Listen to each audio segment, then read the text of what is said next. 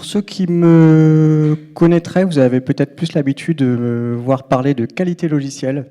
Si c'est un sujet qui vous intéresse, je vous inviterai à regarder ce livre que j'ai écrit l'an dernier, qui vous parle d'industrialisation, testabilité, tout ce qui va tourner autour de la qualité, mais ce n'est pas ce dont on va parler aujourd'hui. Aujourd'hui, on va parler de PHP binaire.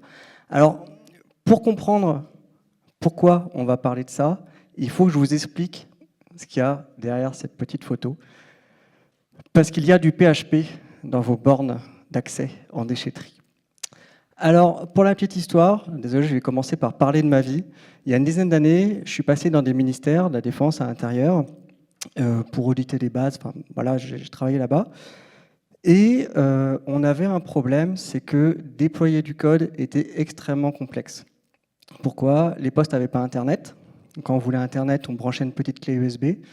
On allait sur une boîte blanche sécurisée, on récupérait la clé, etc. Et déployer du code PHP consistait à filer la clé USB à une personne habilitée qui traversait un sas, qui allait sur un autre réseau.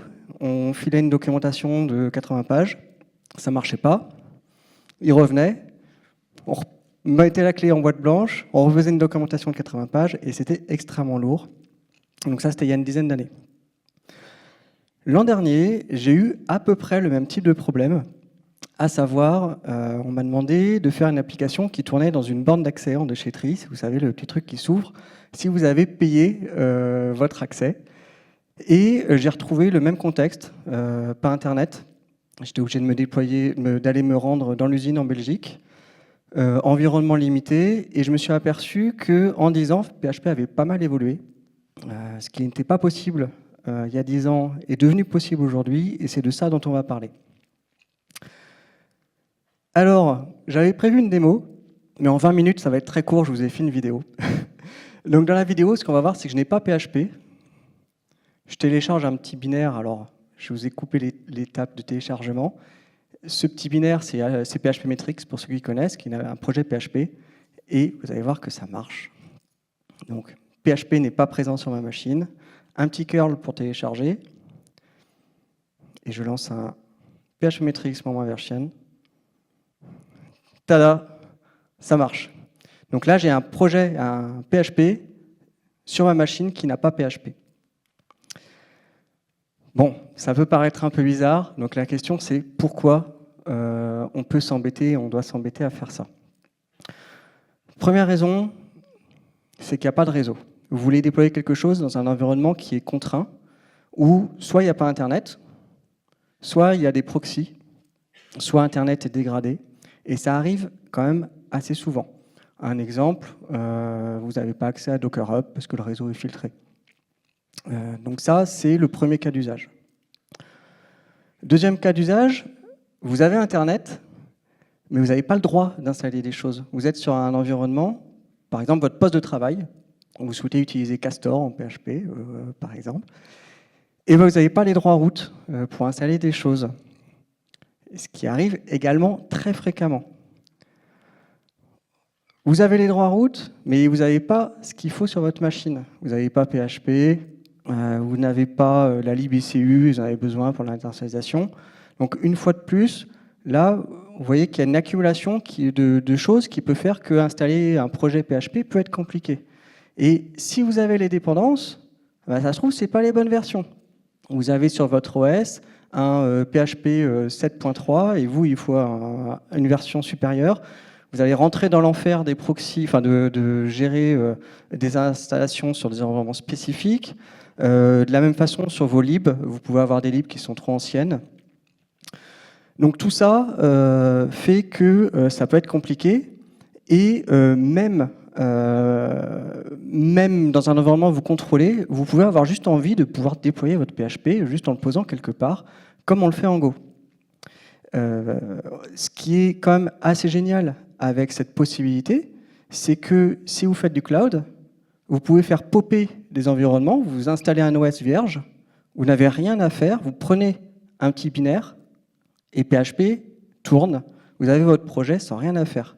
Vous n'avez pas besoin d'aller builder des heures de Docker, aller télécharger les poulets et télécharger 2 gigas de données à chaque fois que vous déployez quelque chose. Prenez un OS, prenez votre ordinateur de travail, un fichier, ça marche, au revoir. Alors, il y a quelqu'un qui a dit quelque chose qui est très intéressant sur Reddit.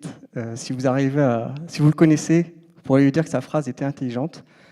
C'est que finalement, un binaire qui marche pour toutes les architectures, par exemple, vous mettez de l'ARM64, vous le téléchargez, ça marchera partout, sur toutes ces architectures.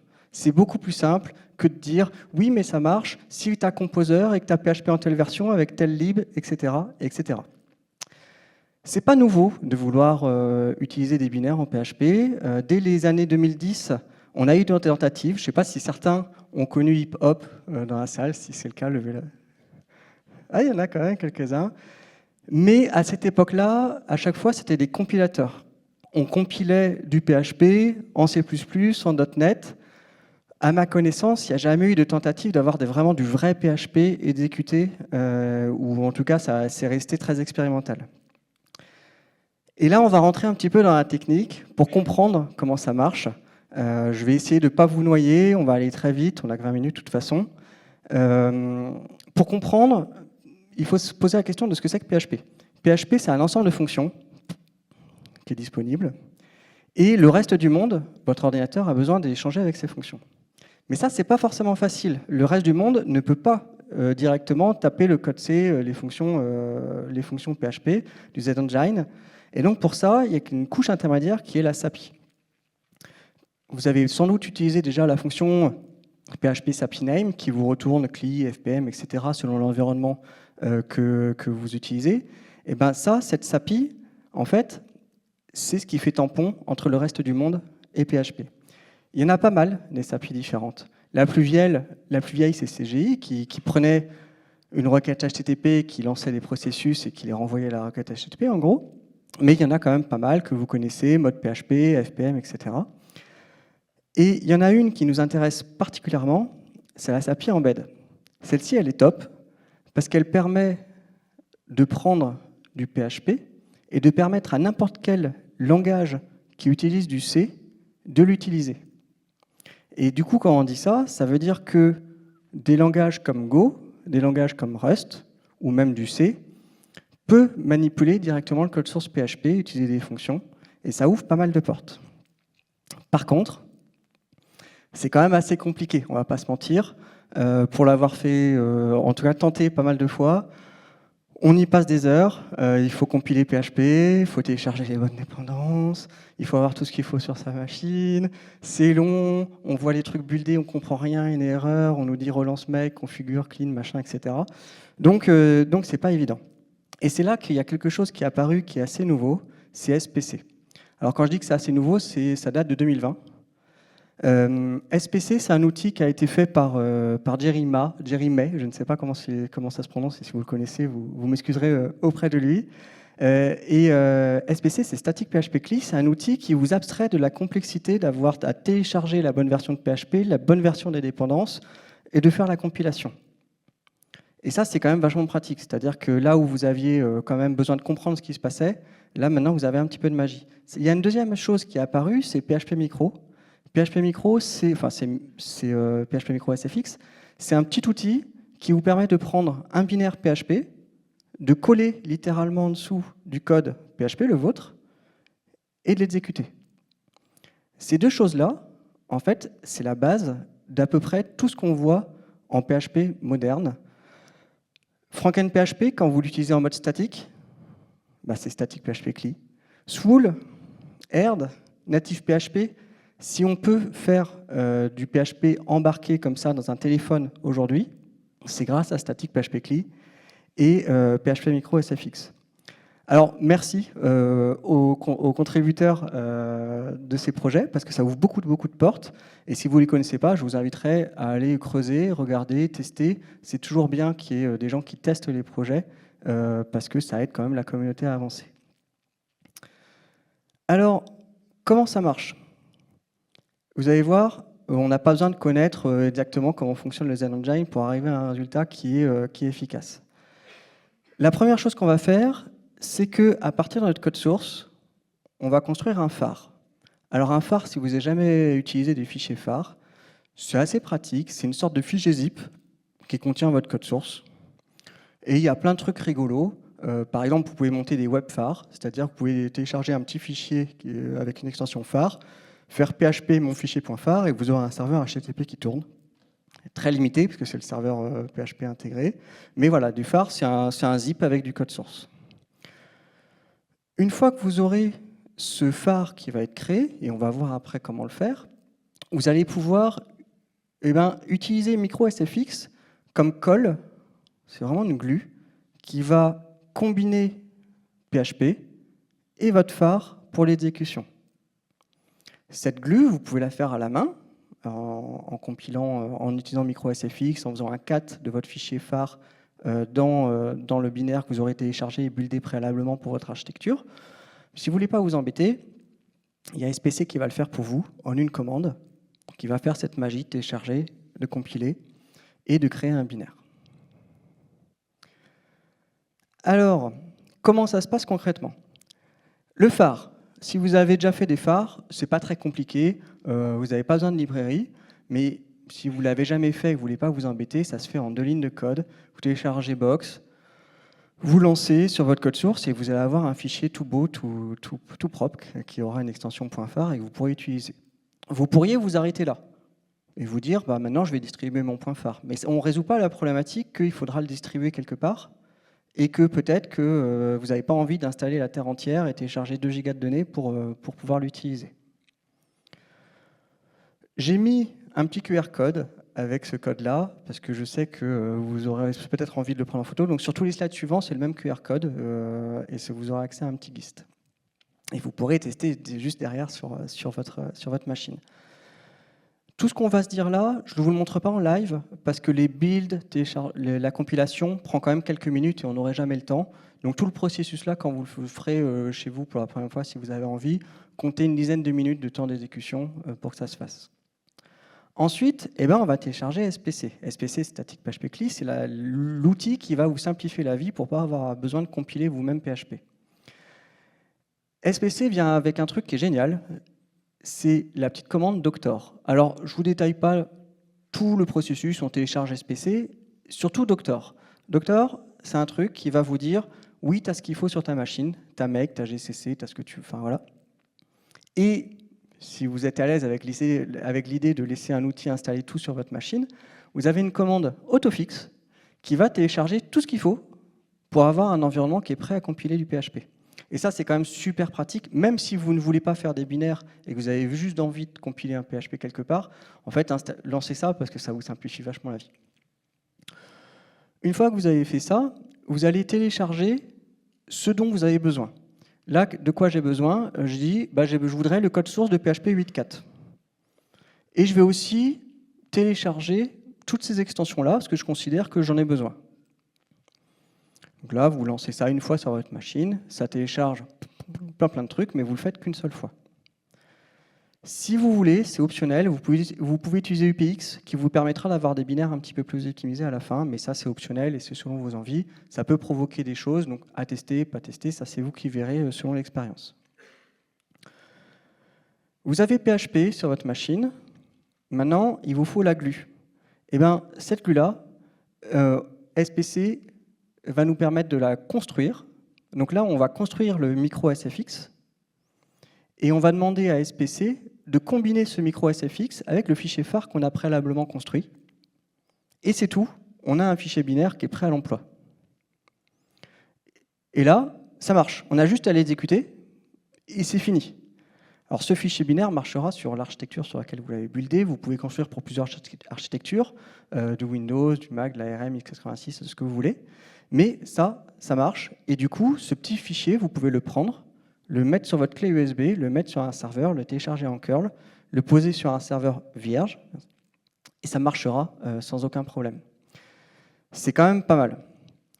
Bon, il y a beaucoup d'opérations, ça peut faire peur. Si vous n'avez pas envie, il y a quelque chose qui apporte un peu de magie, sur lequel j'ai peu de recul, parce que je l'ai découvert en préparant les slides, je vous avoue.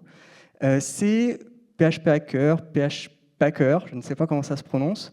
Et là, en 2 lignes de code, vous avez l'ensemble des commandes qu'on vient de voir dans les 3 slides qui ont été faits, avec l'énorme avantage que quand on fait un build all, ça va builder pour tous les environnements en une fois.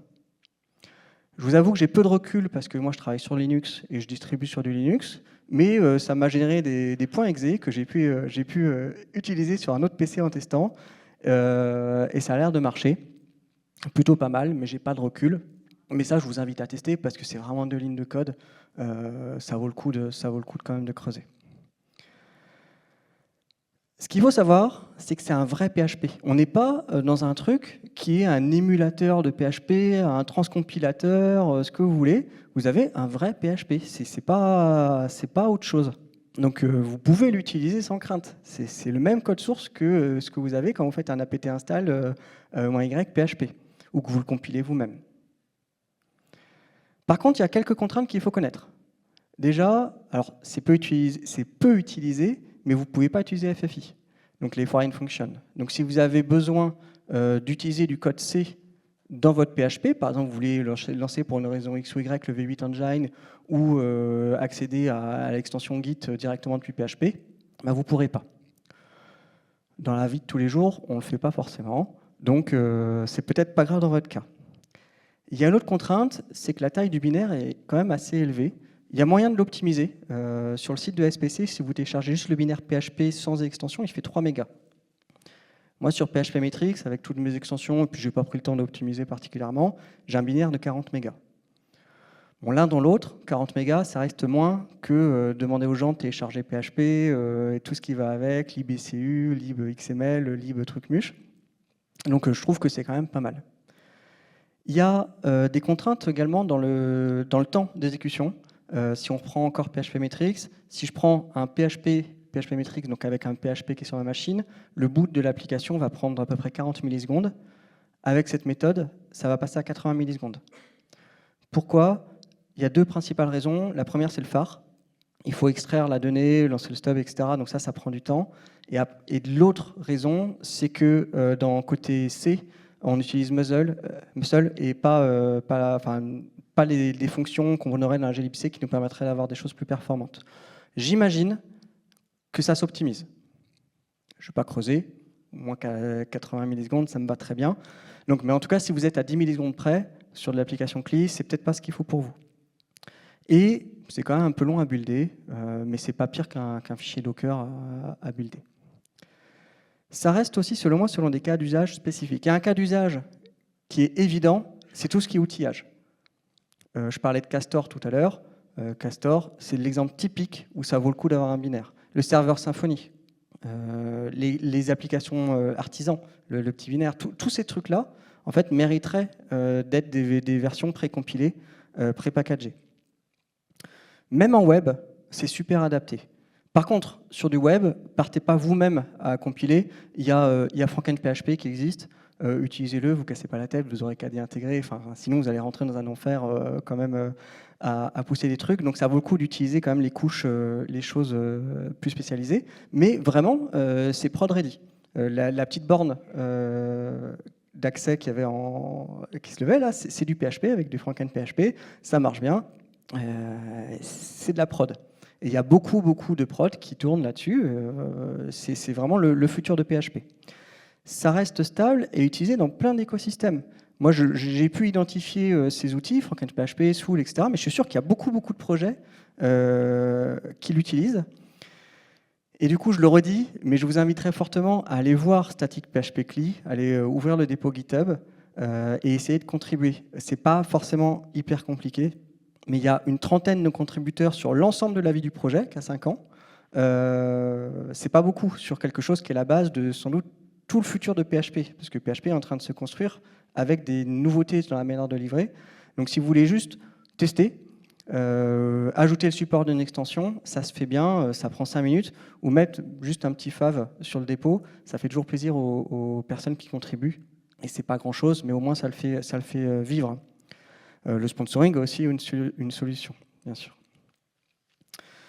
Bref, tout ça pour vous dire que le PHP qu'on connaît va plus loin que ce dont on a l'habitude. On a l'habitude de voir PHP comme une petite brique d'un sous-ensemble d'une grosse usine. Clairement, PHP va dans une direction où on va pouvoir spécialiser sa livraison, spécialiser ses usages, et je vous invite à prendre ce virage en fait, et à tester dès aujourd'hui. Vous avez vu en 2 lignes de code, vous pouvez essayer de construire votre applicatif et tester de le livrer au format binaire. Je vous remercie. Vous retrouverez les slides quand je les aurai uploadés sur QR code. En attendant, ce lien vous amènera sur Joindee et sur lequel vous pourrez mettre des feedbacks. Donc je suis très preneur de vos avis. Et si vous avez des questions, c'est le bon moment, s'il nous reste un petit peu de temps. Non, ok. Désolé, on n'a pas le temps pour les questions.